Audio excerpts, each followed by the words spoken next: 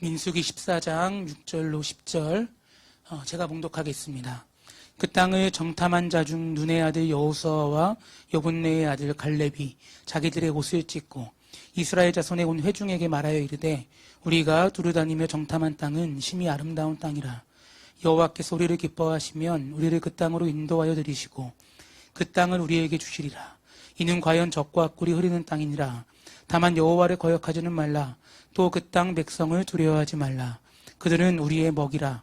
그들의 보호자는 그들에게서 떠났고 여호와는 우리와 함께 하시느니라. 그들을 두려워하지 말라 하나 온 회중이 그들을 돌로 치려 하는데 그때 여호와의 영광이 회막에서 이스라엘 모든 자손에게 나타나시니라. 아멘. 오늘 말씀 제목은 티핑 포인트라는 제목으로 함께 말씀을 나눕니다. 사실은 연말이나 연말이나 연초에 항상 이 헌신에 대한 이야기를 강조할 때 자주 사용되는 이 말씀의 주제이기도 한데요.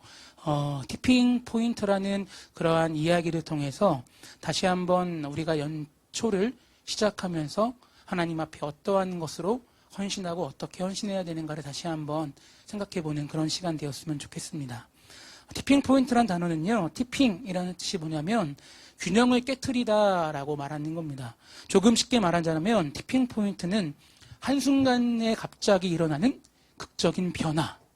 지난주에 말씀드렸던 퀀텀 리프라고 했던 것처럼 갑자기 대나무가 5년까지는 조금씩 자라다가 6년 차에 팍 자라는 것처럼 양자역학에 말로 할 수 없는 그러한 변화가 있는 것처럼 티핑 포인트도 마찬가지예요. 그 포인트가 갑자기 확 튀는 것을 그래프로 보면 볼 수가 있는데 이 이야기는 이제 누가 이야기했냐. 노벨 경제학상을 받은 토머스 설링이라는 분이요. 분리의 모델이라고 얘기했던 1969년 논문 자료를 바탕으로 해서 이 이야기가 계속적으로 쭉 퍼져나가기 시작했고요. 티핑 포인트를 뭐라고 정의해야 하냐면 갑자기 뒤집히는 점, 그 지점을 이야기하고 있습니다. 때로는 엄청난 변화가 커다란 어떠한 일이나 대단한 어떠한 것이 아니라 작은 변화 속에서 그렇게 순식간에 변화되어지는 급격하게 발생하는 일을 나타낼 때 티핑 포인트다라고 이야기하고 있습니다. 간단히 보자면요.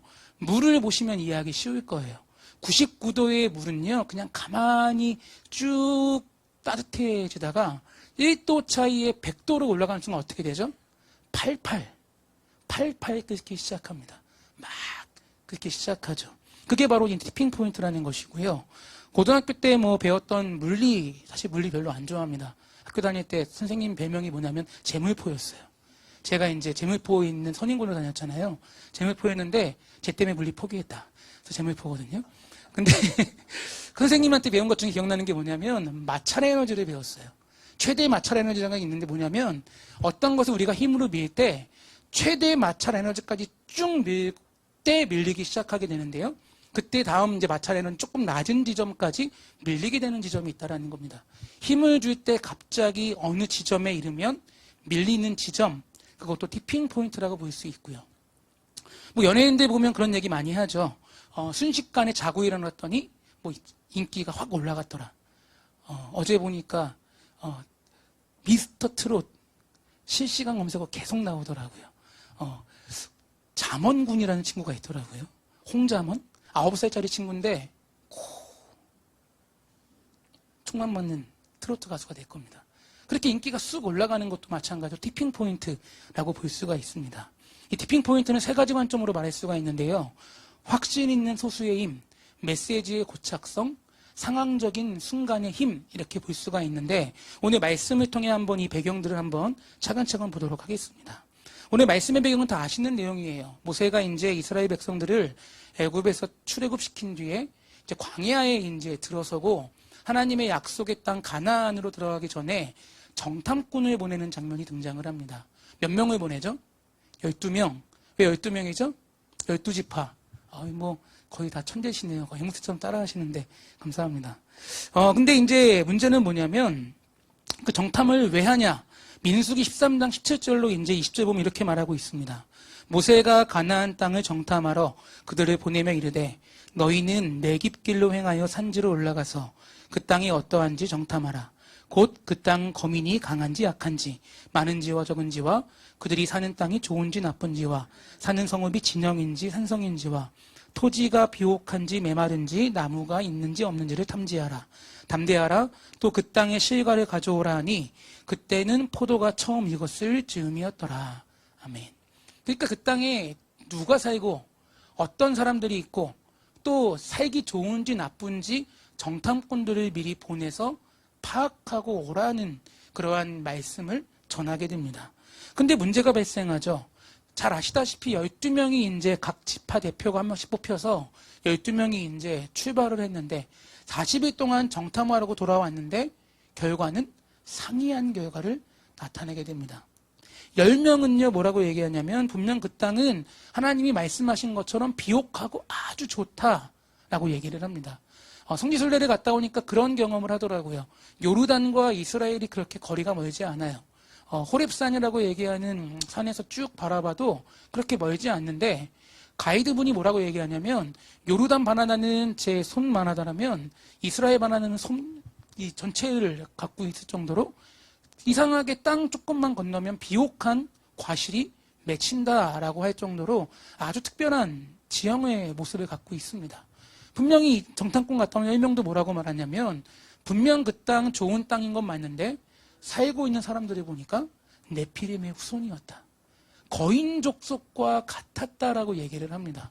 키가 크고 장대하고 무섭고 힘이 센 그런 사람들이라고 이제 이야기하면서 절대로 그 땅에 들어갈 수 없다라는 이야기를 갖고 옵니다. 그러니 이스라엘 백성들이 뭐라고 얘기합니까? 오늘 말씀 전해 보시면 14장 1절로 3절 온 회중이 소리 높여 부르짖으며 백성이 밤새도록 통곡하였더라. 이스라엘 자손이 다 모세와 아론을 원망하며 온 회중이 그들에게 이르되 우리가 애굽 땅에서 죽었거나 이 광야에서 죽었으면 좋았을 것을 어찌하여 여호와가 우리를 그 땅으로 인도하여 칼에 쓰러지게 하려 하는가? 우리 처자가 사로잡히리니 애굽으로 돌아가는 것이 낫지 아니하랴 라고 이야기합니다.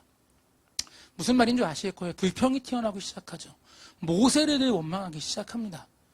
모세를 원망하는 건 하나님을 원망하는 것 대신해서 이제 무언가 초점을 맞추고 있는 것이죠. 그들이 말하는 건 뭐냐면 왜 굳이 애굽에서 죽으면 조금 더 행복하게 죽을 걸 출애굽해서 광야에 오게 하고 가나안 땅에 들어가서 그들에게 우리가 왜 죽임을 당해야 하는가에 대한 이야기죠. 여론을 막 몰아가기 시작하는 겁니다. 사람들이 막 불안에 떨었죠. 그때 누가 등장하죠? 여호수아와 갈렙이 등장합니다. 오늘 말씀 6절, 7절 같이 한번 함께 6절, 7절 읽어보겠습니다. 시작.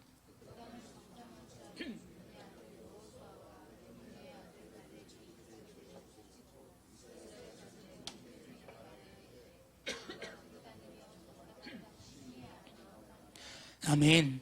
그래서 첫 번째 티핑 포인트를 우리가 발견할 수 있습니다. 뭐냐면 첫 번째 확신 있는 소수의 힘이 작용했다라는 것이죠. 그러니까 무언가가 갑자기 순식간에 확 변화되는 티핑 포인트를 만들어내기 원한다면 누군가에게는 확신 있는 그러한 힘을 발휘해야 된다라고 분명히 이야기하고 있습니다. 7절에 보면 여호수아와 갈렙의 이야기는 완전 다르죠. 그들도 똑같이 얘기한 건 있습니다. 좋은 땅이 맞고요. 그곳이 정말 비옥하다라는 건 맞습니다. 근데 관점이 달랐다라는 것이죠. 8절에 보면 다른 사람과 다르게 그 땅이 자신들에게 주시는 땅이 확실하기 때문에 비옥하고 아름답다라는 관점으로 이야기하고 있습니다. 그래서 이 확신은 결국 그들을 티핑 포인트로 전환하게 하고 상황을 바꿔버리는 놀라운 일로 되었죠. 결국 어떻게 됩니까? 2명만 하나님의 약속의 땅으로 들어가는 놀라운 일. 또 2명이 모세의 뒤를 잇는 지도자로 세워지는 놀라운 일이 발생하게 됩니다. 그렇다면 왜 10명과 다르게 이 여호수아와 갈렙에게는 확신이라는 것이 있었을까요? 그 이유는 여호수아와 갈렙만이 하나님이 주셨던 메시지를 정확하게 기억하고 있었기 때문입니다. 출애굽기 3장 보시면 이렇게 말씀이 나옵니다. 쉬운 성경으로 읽어드릴게요. 가서 장로들을 모아 이렇게 전하여라. 너희 조상의 하나님이신 여호와께서 나에게 나타나셨다. 아브라함의 하나님, 이삭의 하나님, 야곱의 하나님이 나에게 말씀하셨다. 그분은 이렇게 말씀하셨다. 드디어 내가 너희를 찾아왔다. 그리고 나는 이집트에서 너희가 겪고 있는 일을 똑똑히 보았다. 이미 약속했던 바와 같이 나는 너희를 이집트에서 당하는 고통으로부터 이끌어내어 가나안 사람, 헷 사람, 아모리 사람, 브리스 사람, 히윗 사람, 그리고 여부스 사람들 땅으로 인도할 것이다. 그 땅은 젖과 꿀이 넘쳐 흐를 만큼 비옥한 땅이다. 아멘. 이 말씀은요, 모세가 호렙산에서 하나님을 만나는 그 장면에 나오는 하나의 이야기입니다. 16절에 보면요, 분명하게 이야기해요. 장로들을 불러다가 이야기하라. 무슨 말입니까? 이스라엘의 지도자들을 불러다가 하나님이 이제 너희에게 이렇게 할 것이다 라고 이야기하라는 것이죠. 근데 이 이야기가 그들에게만 전해졌을까요? 왜 이야기라고 했을까요? 소문을 퍼뜨려라.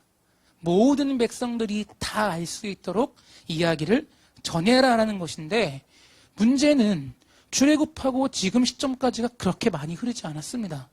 그럼에도 불구하고 이스라엘 백성 전부는 이 이야기를 까먹었지만 여호수아와 갈렙만이 이 이야기를 확신하고 있었다는 것이죠. 이스라엘 백성들은 이 말씀을 잊어버렸기 때문에 하나님이 어떤 상황을 주셔도 확신이 아니라 절망과 어려움만 있었으나, 근데 이제 여호수아와 갈렙에게는 오히려 그 말씀을 듣고 나니 관점이 달라지게 되는 겁니다. 이러한 이유로 어떤 일이 벌어지죠? 오늘 말씀 이후에 보시게 되면 하루를 1년으로 계산하시고 40년 동안 이스라엘 백성들을 광야에서 돌리라고 말씀을 하십니다. 하나님이 정착하지 못하게 하시고 계속 불기둥과 구름기둥이 멈추면 멈추고 이동하면 이동하고 40년 동안 그 땅을 움직였다고 합니다. 거리로 보면 성경학자들은 짧으면 2주, 길면 한 달 정도의 거리임에도 불구하고 뺑글뺑글 돌게 하시며 그 약속을 기억하지 못한 사람들은 그 땅에 들어가지 못하게끔 만드시고, 그 다음 광야에서 태어난 사람들부터 시작한 하나님의 약속의 언약의 사람들이 새로운 약속의 땅에 들어가는 축복을 얻게 됩니다. 이를 통해 생각해보세요. 헌신은 무엇이냐? 확신 있는 누군가의 소수의 힘이 우리에게 반드시 있어야 된다는 겁니다. 누가 티핑 포인트를 만들어내는 것이 아니라, 오늘 말씀 보시면 여호수아와 갈렙 딱 두 사람이 그러한 말씀의 변화를 이끌어냈다라는 것이죠.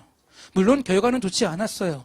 40년이라는 시간을 뺑글뺑글 돌아야 됐지만, 그러나 하나님께서는 여호수아와 갈렙을 통해서 이 일을 다시금 기억하게 하셨고, 그들이 있었기 때문에 이스라엘 백성은 광야에만 머물러 있던 것이 아니라 새로운 약속의 땅으로 들어갈 수 있는 놀라운 축복, 이스라엘의 티핑 포인트를 만들어낸 결과가 되었다는 겁니다. 부탁드리는 것은요, 올해를 시작하며 우리에게 하나님은 분명히 각자에게 헌신의 삶을 말씀하셨을 겁니다. 그러한 헌신의 자가 되기 원한다면 분명한 확신을 가지시기를 부탁드립니다. 물론 그렇다고 해서 세상의 소리에 막 다 휩쓸리거나 내 것만 맞다라고 주장하면 문제가 될 수 있겠으나, 오늘 말씀에 확신이란 단어에 숨어있는 뜻은 하나님의 말씀을 기준으로 한 것. 정말 우리가 정초부터 하나님 앞에 예배하고 또 그렇게 말씀 보고 기도하며 나아갈 때 나에게 확실하게 심어주시는 말씀이 있다면 그 말씀을 의지함으로 우리가 나아가야 된다는 것입니다. 여호수아와 갈렙도 하나님께서 그 확신을 갖고 이야기했던 그 모습을 통해 또 다른 지도자로 세우신 것처럼 우리의 삶에도 누군가 여기 중에는 리더도 있을 것이고요. 아니면 또 누군가는 또 섬김의 자리에 있을 것이고요. 결국 누군가는 이 자리에 또 하나님께 쓰임받는 분들이 계실 텐데, 그럴 때일수록 하나님께서 여러분을 온전하게 붙드시는 말씀이 있다는 것을 잊지 말았으면 좋겠습니다. 그래서 정말로 여러분으로 통해 소수의 리더, 소수의 누군가를 통해 확신 있는 메시지로 쭉 교회와 가정과 사회를 이끌어가게 하실 때 하나님은 분명하게 우리를 변화시키는 놀라운 힘이 있다는 것을 기억하시기를 부탁드립니다. 근데 두 번째로요, 확신으로만 끝나는 것이 아니라 티핑 포인트 두 번째, 메시지의 고착성, 즉 조금 더 정확하게 들어갈 수 있는 메시지를 우리가 깨달아야 된다는 겁니다. 즉 다시 말해서 모든 사람에게 확신시켜주고 제대로 각인시킬 수 있는 하나님의 말씀이 우리에게 있어야 된다는 것이죠.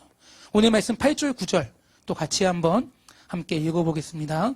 14장 8절 9절입니다. 시작.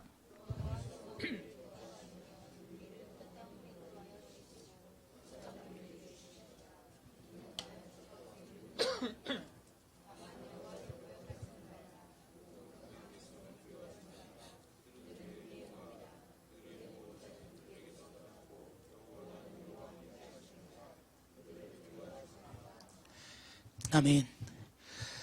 오늘 말씀 보시면 확신 있던 여호수아와 갈렙은 자신의 확신으로만 끝난 것이 아니라 사람들에게 정확하게 그 메시지를 전달하고 있다는 것이죠.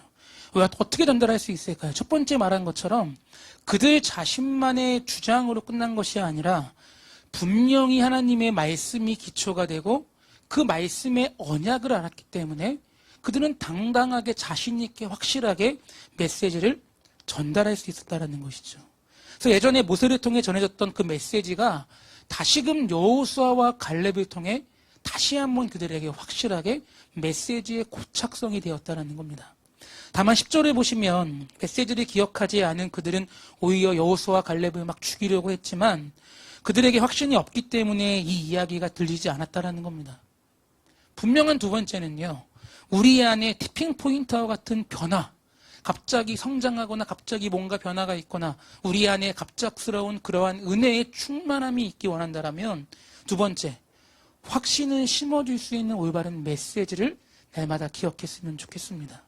단순히 목적이 바뀌고 사람을 이끌 수 없는 메시지가 아니라 성경이라고 하는 분명한 하나님의 메시지, 성경이라고 하나님의 분명한 약속의 말씀이 우리 안에 더욱더 오래 안에 심어진다라면 우리는 변화될 수 있다는 것이죠. 제가 좋아하는 시가 있는데 옛날에 한번 읽어드린 적이 있을 거예요. 애플이 그 광고 때 사용했던 그 내용 중에 이제 시인데요. 제목은 뭐 세상에 미친 자들이라는 좀 긴 시인데 다 읽지는 않고요. 맨 마지막에 이런 부분이 있습니다. 어떤 사람은 그들을 미치광이라 부르지만 우리는 그들을 천재라 부른다. 세상을 바꿀 수 있다고 생각할 만큼 미친 사람들만이 결국 세상을 바꿀 수 있기 때문에. 그런데 이제 사과 광고가 딱 뜨고 끝납니다. 애플 광고죠. 이 이야기에 정말 제가 좋아하는 메시지가 바로 마지막 부분에 있다는 것이죠. 그 미치광이들이라고 부르는 자들은요, 그냥 미친 자들이 아니라 나는 세상을 바꿀 거야 라고 하는 분명한 메시지를 갖고 있었다는 겁니다. 예술로, 음악으로, 과학으로, 기술로 어떻게든 자신이 갖고 있는 것을 통하여서 세상을 바꾸고자 하는, 남들은 봤을 때 미쳤다, 이상하다, 뭐냐라고 말할진 모르겠지만 스스로는 그 안에 확신을 갖고 그 메시지를 전달함으로 그렇게 세상을 바꿔갔던 많은 사람들이 있었다는 것이죠. 저는 대표적으로 누굴 얘기하냐면 바로 스티븐 잡스, 다들 잘 아실 겁니다. 애플의 CEO였지만 참 일찍 떠나버린. 그래서 지금 애플은 산으로 가고 있는 것 같아요. 전화기가 점점 산으로 막 흐르는 것 같습니다. 옛날에 그런 감성이 없어요. 점점 갑니다. 근데 제가 이 애플이라는 회사를 왜 좋아하냐면 제가 지금 보고 있는 이 아이패드, 저는 아이패드 정말 충격적이었습니다. 제가 처음 구매할 때가 2010년이었어요. 나온다고 했을 때 미리 구매해서 안 와가지고 심지어 터미널까지 가서 찾아와서 이것을 사용했던 기억이 나는데, 왜냐하면 저에게는 이 안에 말씀, 설교, 심지어 군대교회에 있을 때는 여기에 그 반주기, 찬양 반주기까지 들어가 있을 정도로 모든 게 다 들어갑니다. 그러니까 저에게는 변화였죠. 설교 맨날 프린트 뽑아가지고 들고 와서 밑줄 치고선 또 보는 게 아니라 그냥 안에 있으면 제가 그런 걸 그대로 보면서 읽고 찬송가 뭐 다 들어가 있다는 것이죠. 스티븐 잡스가 뭐라고 얘기했냐면 상품이 아닌 진짜 꿈을 팔아라 라고 이야기한 바가 있습니다. 결국 그가 꾸었던 꿈은 꿈으로만 그친 게 아니라 정말 우리의 삶의 변화를 만들었던 다양한 놀라운 일들을 만들어냈다는 것이죠. 저는 그 잡스가 있었기 때문에 여러분 들고 다니는 스마트폰, 앱이라고 하는 것들이 막 만들어지기 시작했던 시초가 바로 이 애플이라는 회사의 기본 시작점이었거든요.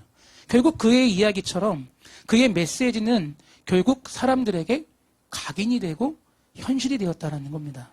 오늘 다시 한번 생각해 봤으면 좋은 게 뭐냐면 정말로 우리에게도 이러한 하나님의 말씀이 나의 삶에 정말로 각인되어지고 있는 그러한 말씀이 있냐라는 겁니다. 세상에 어떤 명언도 많지만 그거 말고 정말로 나에게 각인되어져 나를 변화시키는 그러한 온전한 메시지들이 나에게 있느냐라는 것이죠. 대표적으로 어거스틴, 존 웨슬리, 뭐 루터, 전부 다 하나님 앞에 말씀으로 변화된, 말씀으로 하나님 앞에 살아난 위대한 인물들 아니겠습니까? 여러분들도 하나님이 주시는 분명한 말씀이 있을 거예요. 뭐 저희 교회는 이제 올해의 말씀 카드를 뽑지 않아서 약간 의아해 하시는 분도 있더라고요. 올해 말씀 카드 뭐지? 이렇게 하시는 분이 있고, 이제 SNS를 보니까 청년들이 전부 다 이제 자기가 뽑은 말씀들을 다 이렇게 올리더라고요. 근데 특징이 뭔지 아세요? 나쁜 말씀은 올리지 않아요. 좋은 말씀만 올립니다.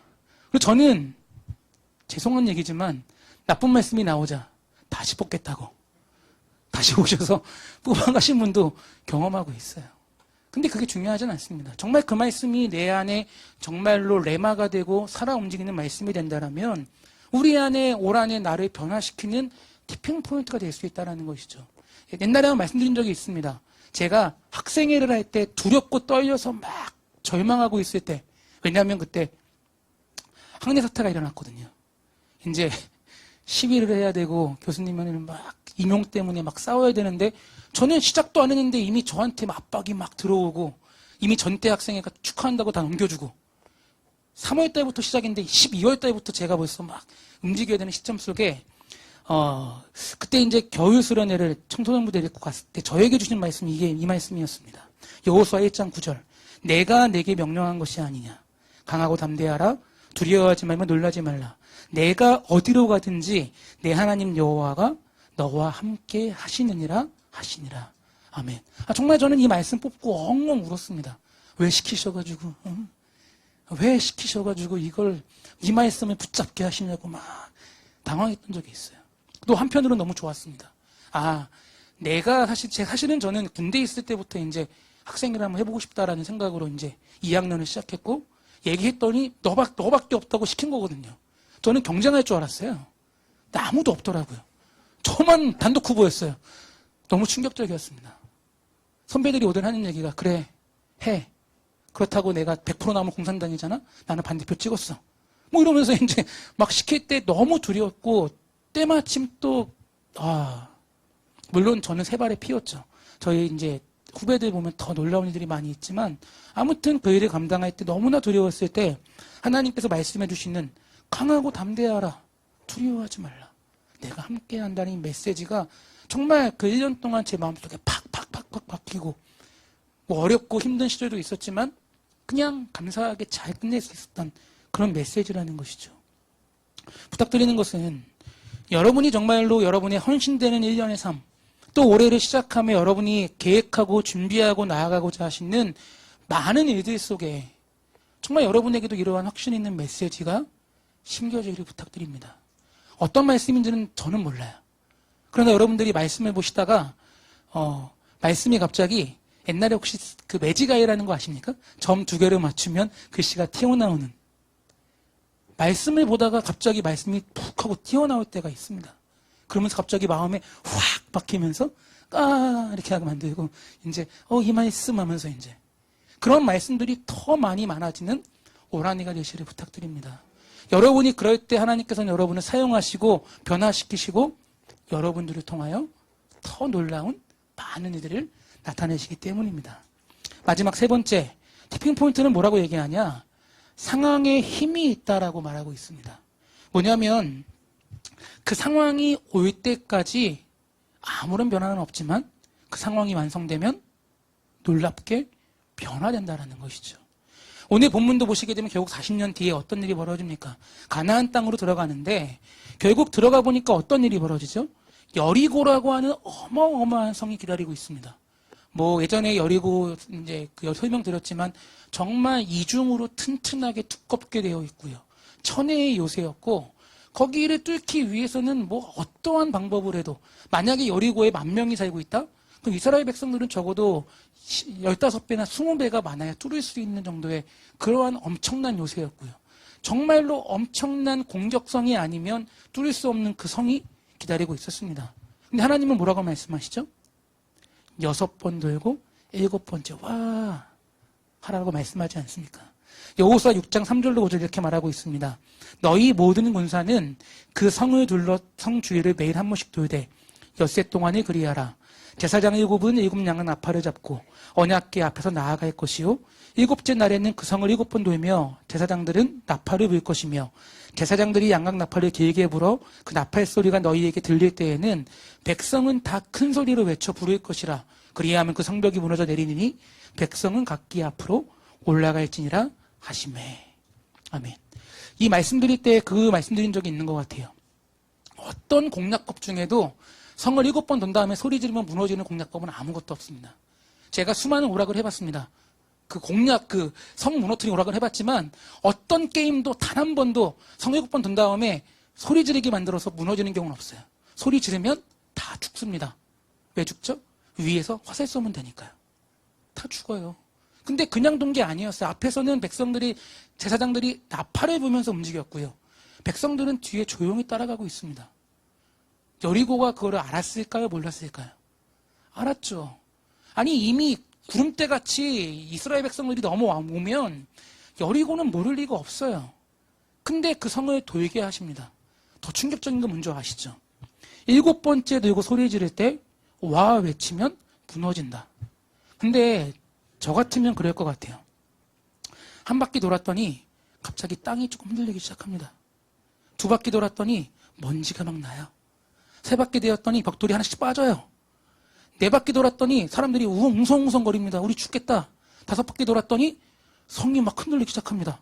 6바퀴 돌았더니 지진이 막 나고 7바퀴째 우르르 무너지면 도시겠죠.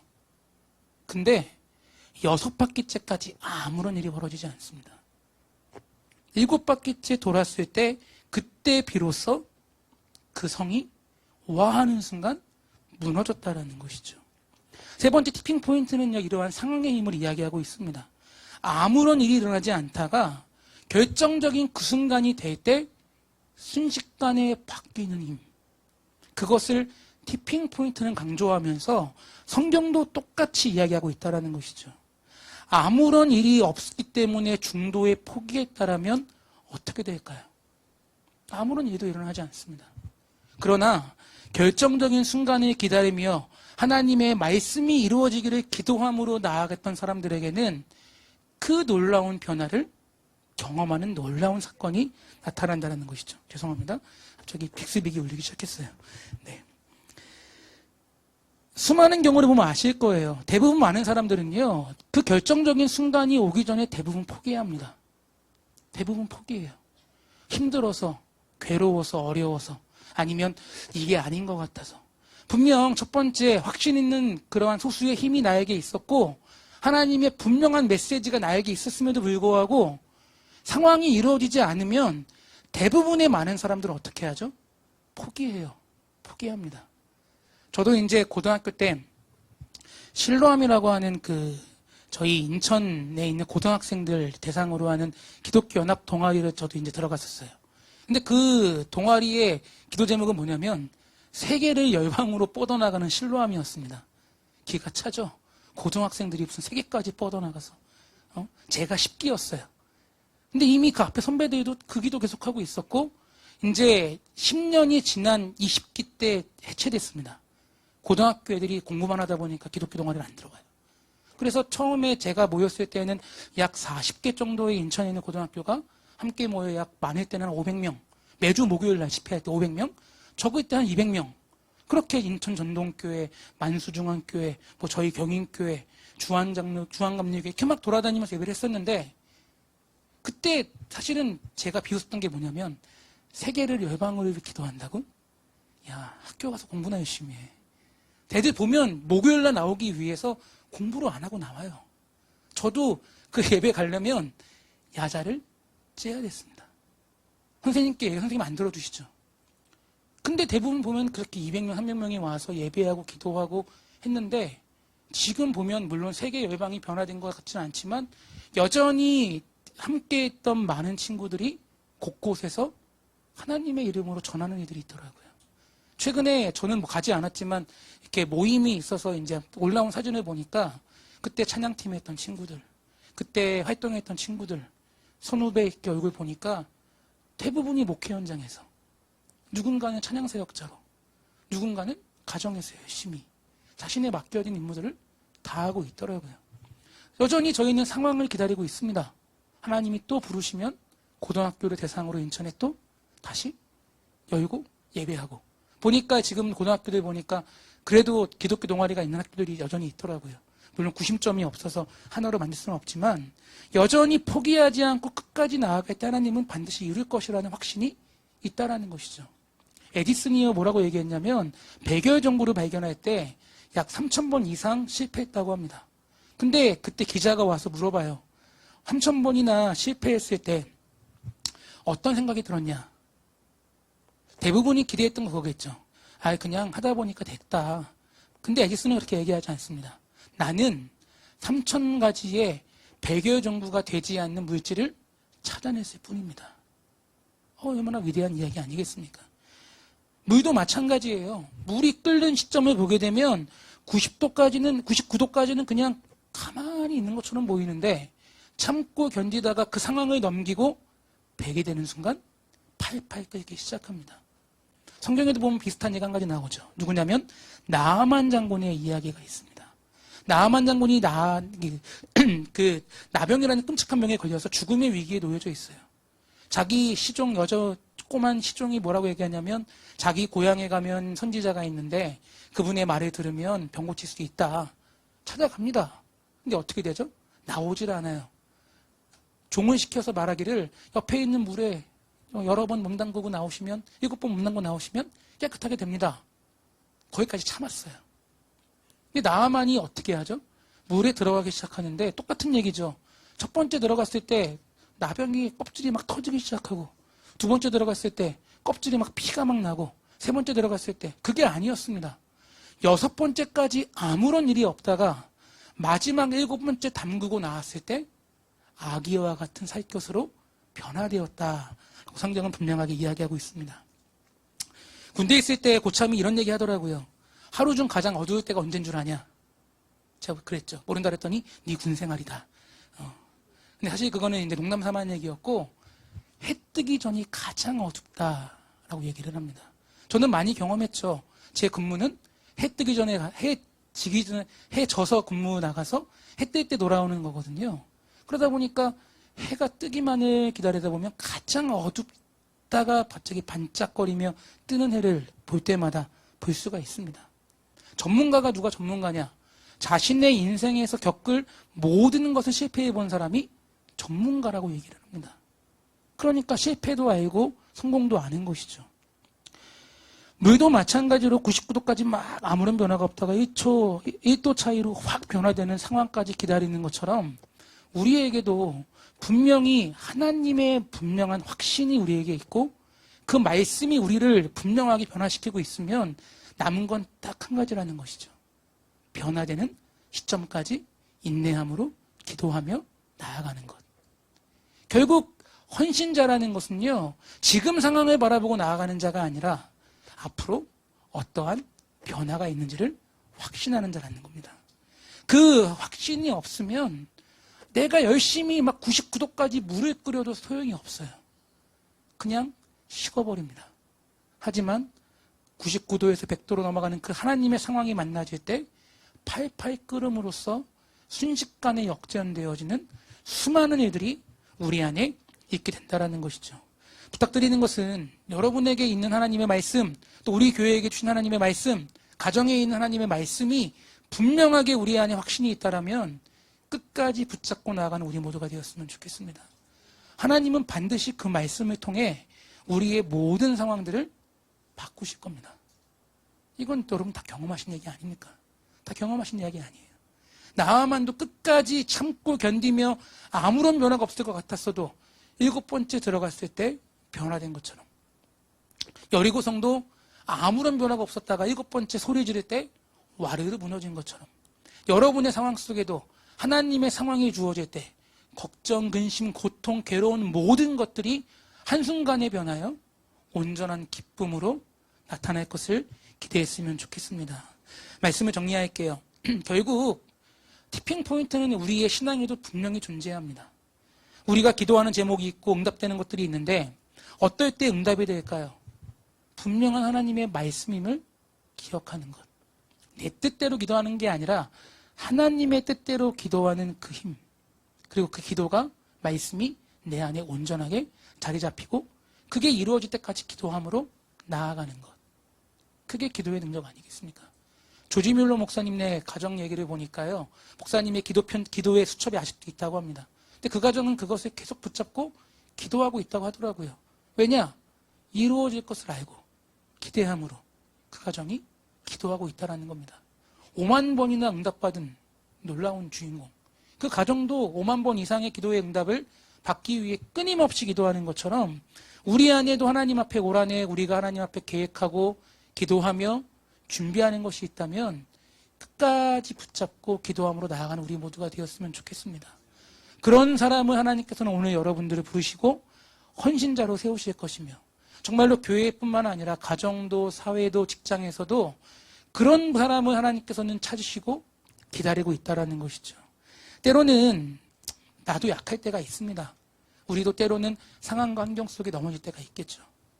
그러나 그럴 때일수록 주님을 붙잡기를 부탁드립니다.